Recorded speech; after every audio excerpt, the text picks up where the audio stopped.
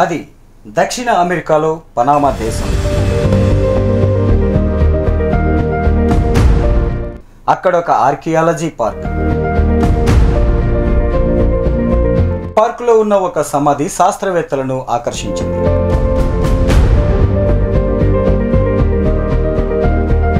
అందులో ఏముందో చూడాలని నడుం బిగించారు. ఆ సమాధిని తవ్వడం ప్రారంభించారు.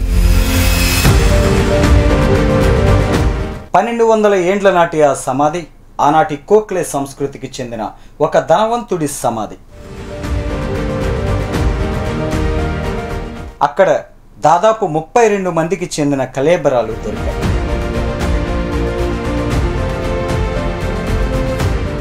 ఆనాటి ఆచారాల ప్రకారం ఉన్నత వర్గానికి చెందిన ప్రభువులు చనిపోతే అతనితో పాటు వారి బానిసలను బలి ఇచ్చేవారు. అవి వారివే కావచ్చునేమోనని సైంటిస్టులు భావించారు. అయితే మరింత పరిశోధనలు చేస్తున్న ఎల్కానో ఆర్కియాలజీ శాస్త్రవేత్తలకు ఒక్కసారిగా ఆశ్చర్యానికి గురయ్యేంత బంగారం కనిపించింది.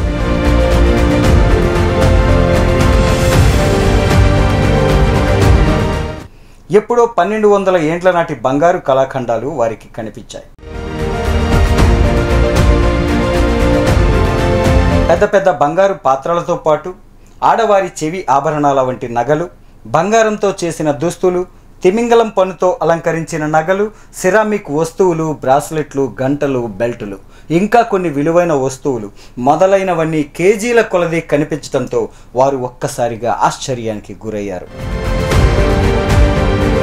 పనామాకి 100 మైళ్ళ దూరంలో ఉన్న ఎల్కానో పార్కులో జరిగిన ఈ పరిశోధనకు ఫౌండేషన్ డైరెక్టర్ డాక్టర్ జూలియా మాయో నాయకత్వం వహించారు.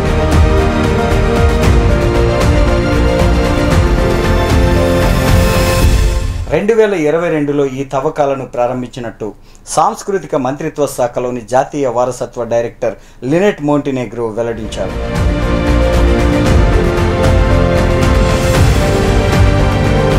సమాధిలో లభించిన బంగారం మరియు కళాఖండాలు ఆర్థిక విలువ కన్నా చారిత్రాత్మక, సాంస్కృతిక ప్రాముఖ్యత కలిగి ఉన్నాయని ఆయన పేర్కొన్నారు.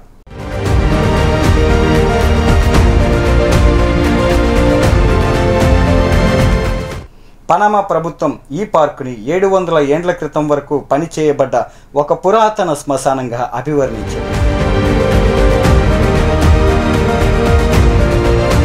తరువాత క్రీస్తు శకం 1000లో వదిలివేయటం జరిగి ఉంటుందని అంచనా వేసింది. ఏదేమైనా ఇక్కడ మనం 2 విషయాలని గమనించాలి. ఒకటి, ఆ రోజుల్లో బంగారానికి వారు ఇచ్చిన ప్రాముఖ్యత, బానిసలను వారు చూసిన విధానం, పేదాధనిక భేదాలు ఇప్పుడే మొదలైనవి కావు. అవి బలవంతుడు, బలహీనుడు అనే భావన నుంచి మనిషి పుట్టుకతోనే మొదలయ్యాయేమో అనిపిస్తోంది.